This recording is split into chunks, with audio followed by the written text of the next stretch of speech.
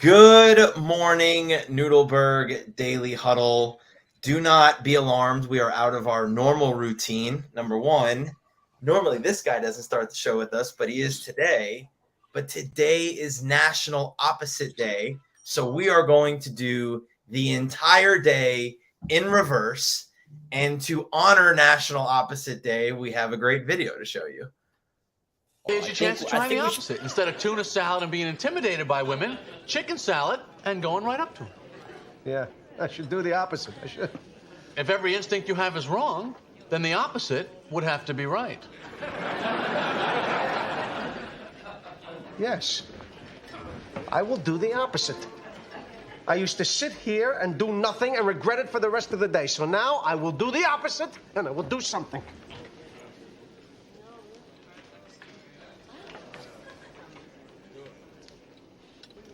Excuse me, I couldn't help but notice that you were looking in my direction. Oh, yes, I was. You just ordered the same exact lunch as me. My name is George. I'm unemployed and I live with my parents. I'm Victoria. Hi.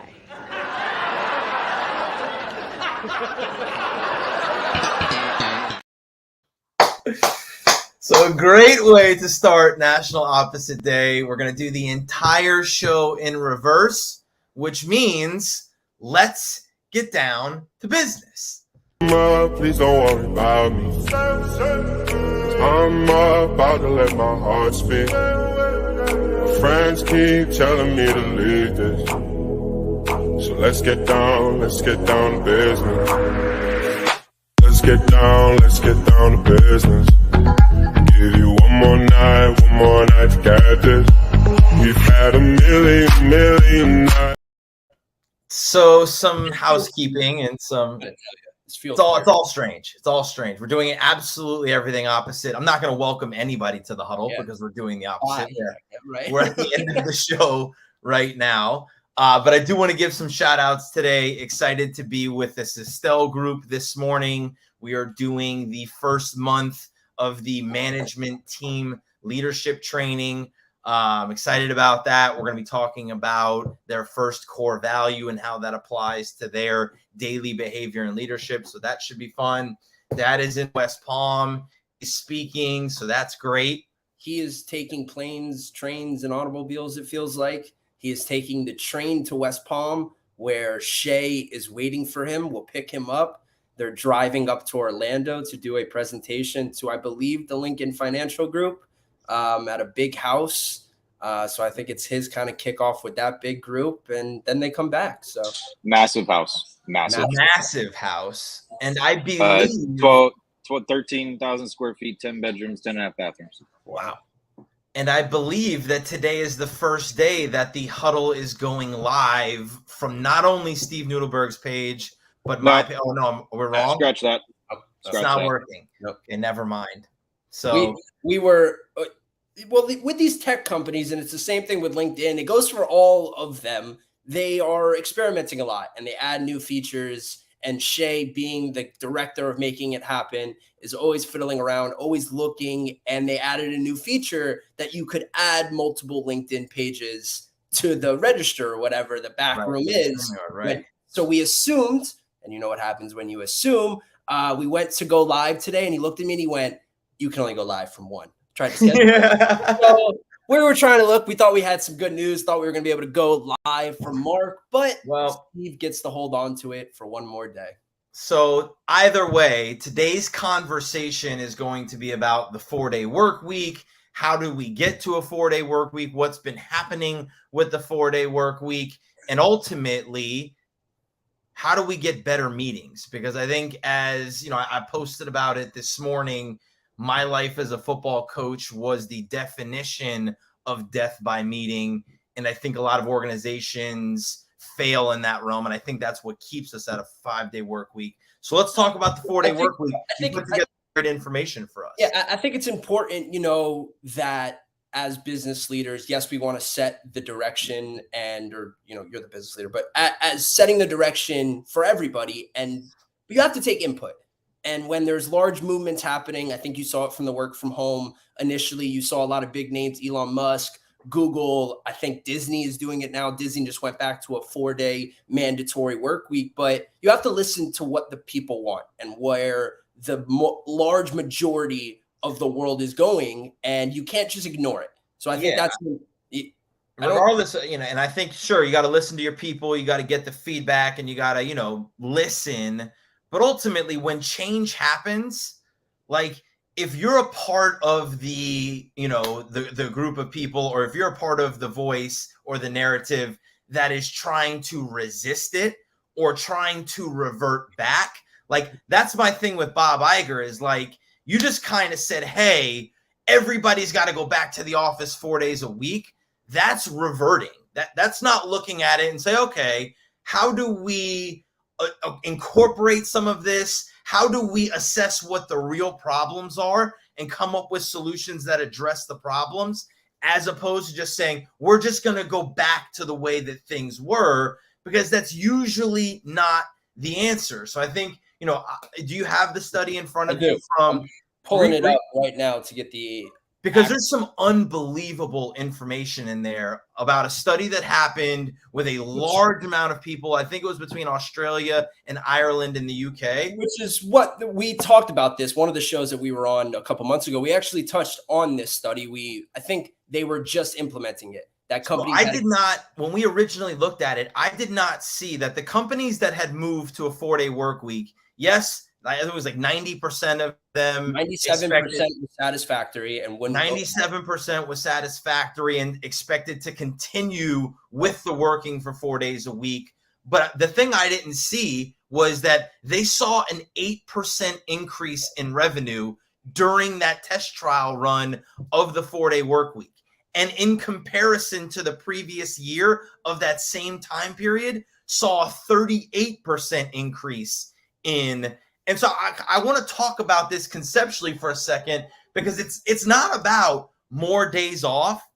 I think what it drives home is boundaries and defined amounts of time. When you say that you're going to work for 5 days, you will find a way to make your work fit into 5 days. If you were to say you were going to work 7 days, you will find a way to make your work fit into 7 days. So when you constrict yourself to say, I have to do what I need to do in order to be successful within 4 days, your brain changes, your behavior changes, and you find a way to get more effective and efficient within those 4 days, which is what they saw. A 38% increase in revenue year over year is mind-blowing. What they found was in the 5-day work week, there's a lot of wasted time. Like people are just wasting monumental amount of time. And so by shortening it, by prioritizing what they actually should be working on, and then allowing them to spend that extra time on things that fulfill them in other departments, allowed the worker to come energized and focused to actually do the work. I think when you don't have enough time, and this was football, like I needed like an hour in a day just to go do like my life, like I need to go get my tire changed and I don't know when I'm going to do that. How are you supposed to be focused on the task of helping the organization get better when I can't live my normal life? Right. So Michael Ficara talks about that a school just went to a 4-day week and it's hugely successful for the students and teachers. I wonder how that affects the parents. What are they doing with that day off from school that they still have to work? Dad talked about Parkinson's law. That is the rule that work will expand to whatever time you give it. We talk about that in our time management trainings. Shout out to the Get on the Ball training platform. If you have not been trained on time management, it's a great place for you to go understand the concepts that we teach and how to control the time. And Joy talks about it. It's a law or a principle. Work expands to fit the time allotted. That is Parkinson's law, Joy. So I think when we're talking about this, okay, right, we can constrict time to a 4-day week, but ultimately what we're figuring out, and I don't care whether it's in person or whether it's virtual, people don't know how to run meetings. Like Shay, I don't know if you can pull up the image of the post that I had today, but I put together just like a basic idea of what our schedule looked like in a day for football coaches. And it's nothing but meetings. 7 o'clock, full staff meeting. 7:30 recruiting meeting, Offensive staff. 8 o'clock offensive staff meeting. At 8:30, then you went into practice review or game plan and film study. 10:30, you then broke for script review. 11:30, you got your hour for lunch and workout and do whatever you want. 12:30, you came back and you had meeting prep for the player meeting. Then 1:30, you had team meetings. So like, there it is. So Shay pulled it up for us, but like, that's a rundown of what my day looked like every day. So when you talk to people in the coaching world, and this is the schedule that most organizations still operate by, they go, how could you work for 14 hours a day?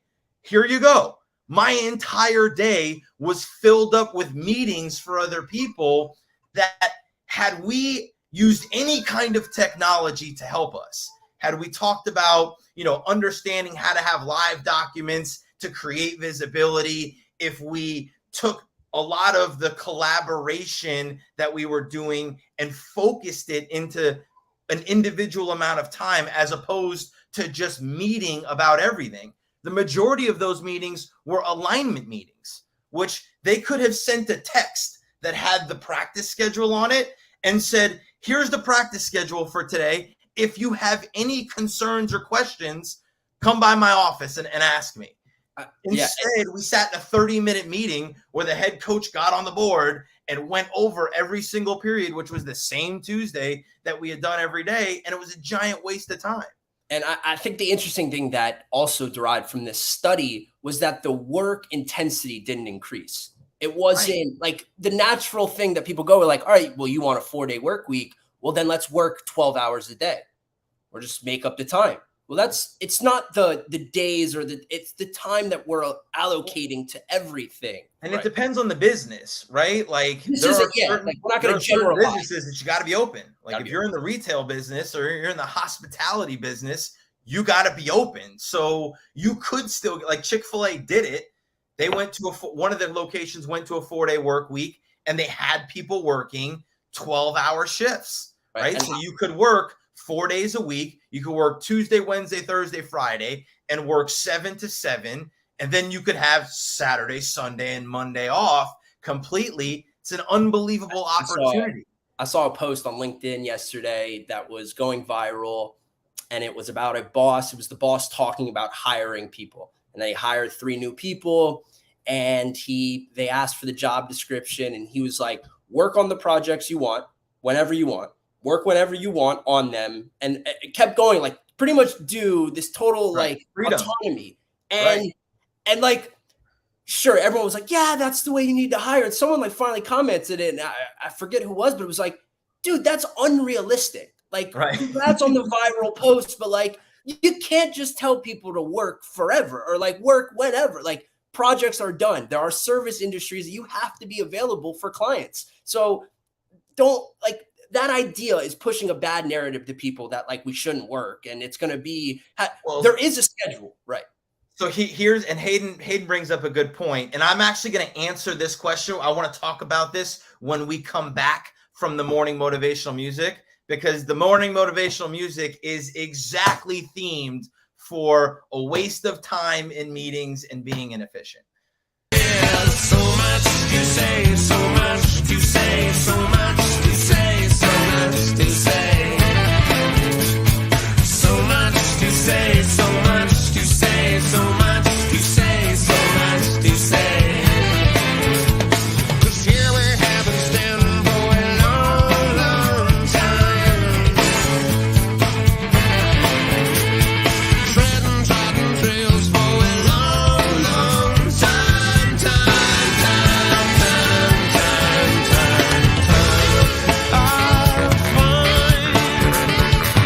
sometimes it's easy to be myself.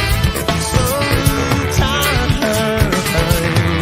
I find it so bad I know that somebody else. Love it. Gotta love Dave Matthews Band. And Good call. I'll give you credit. That was an excellent call from you yesterday. Credit where credit is due. So much to say, but really there shouldn't be that much to say. And so I want to move the conversation into how do we run effective meetings which there's been a lot of information out there. Adam Grant put out a post yesterday about it where he had talked about decide and create and a few other things that Decide, were reasons. do, learn, and create were his 4. Decide, do, learn, and create were his 4 reasons to have a meeting. I would actually argue with that. I think there is one fundamental to the reason that you need to have a meeting, and it needs to be collaboration. Focus around the word collaboration. If you are having a meeting where there is no collaborating going on, it shouldn't be a meeting, right? Like Adam Grant talked about learning as a reason to be in a meeting. I disagree. I think if you're teaching your people something, you should teach it through a video. It doesn't have to be on our learning platform that we can build for you. You could shoot a Vidyard video with a screen share. You could shoot a Zoom video with a screen share. You could teach people what you want them to know and then have the meeting around implementation, problem solving, question asking. That's what the time is for. If I waste 20 minutes of a 30-minute meeting teaching you something, I could have allowed you to do that on your own time. I could have taken the time to do it myself, right? Somewhere else, been more efficient and effective with it, and then had the time to come together to say, number one, I'm going to hold you accountable. Did you learn it? Did you do the work I asked you to do by watching and listening and understanding?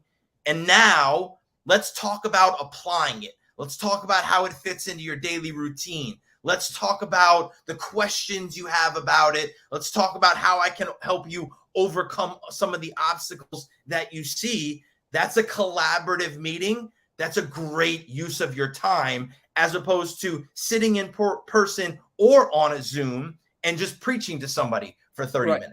Well, so it's so funny. All the, self-help, documents that you look up and the meetings that you should have in your organization. And these are the lists. Well, it always starts with the stand-up meeting, like the daily start to the meeting that we all need to come together and set the tone for the day. Right. Why? Waste of time. Waste of time. Staff meeting was the most pointless waste of 7 to 7:30 every morning. Giant waste of time. Go on. Now, as a leader, I think it's super important for you to get in front of your people daily to set direction and ensure that there's alignment. But to waste everybody's time in a 30-minute meeting about that, why? Why wouldn't you just shoot the video, condense the message to a few minutes, send it out to everybody with, these are the priorities. This is the direction we should be working in. I'm fired up about what we're doing today, and I'm here to help you however I can. Reach out to me with anything I can do to help you.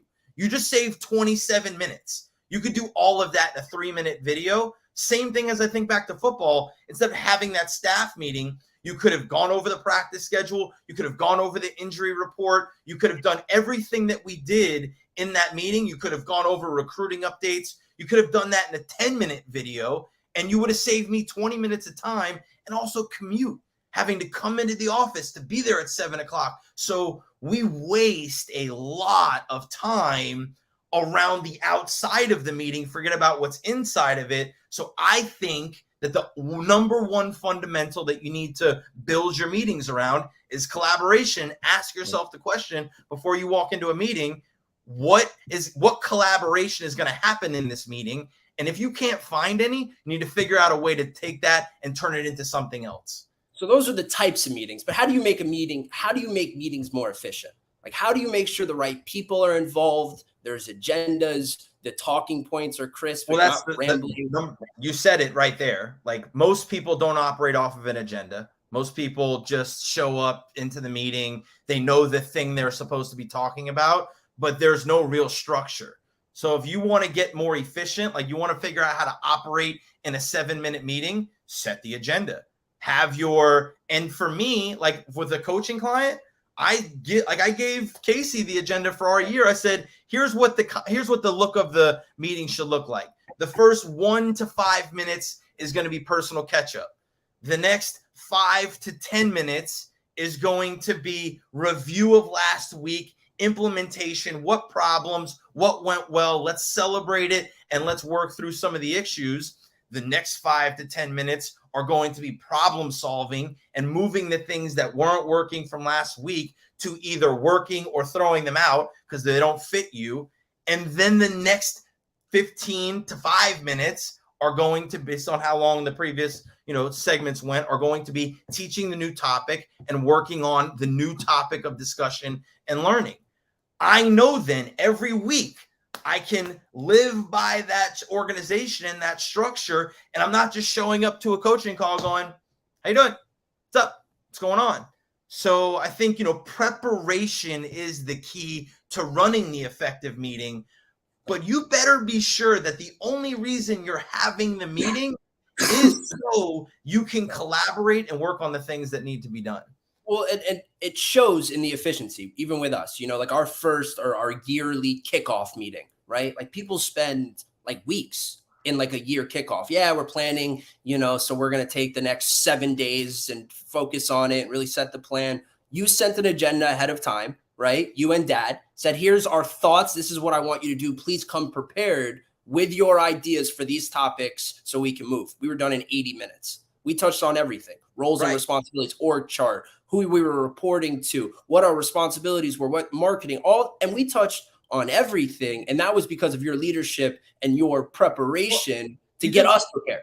Right. You just send it to everybody before the meeting, allow them, and set the expectation. That's the thing for me, is that like people don't like to hold other people accountable.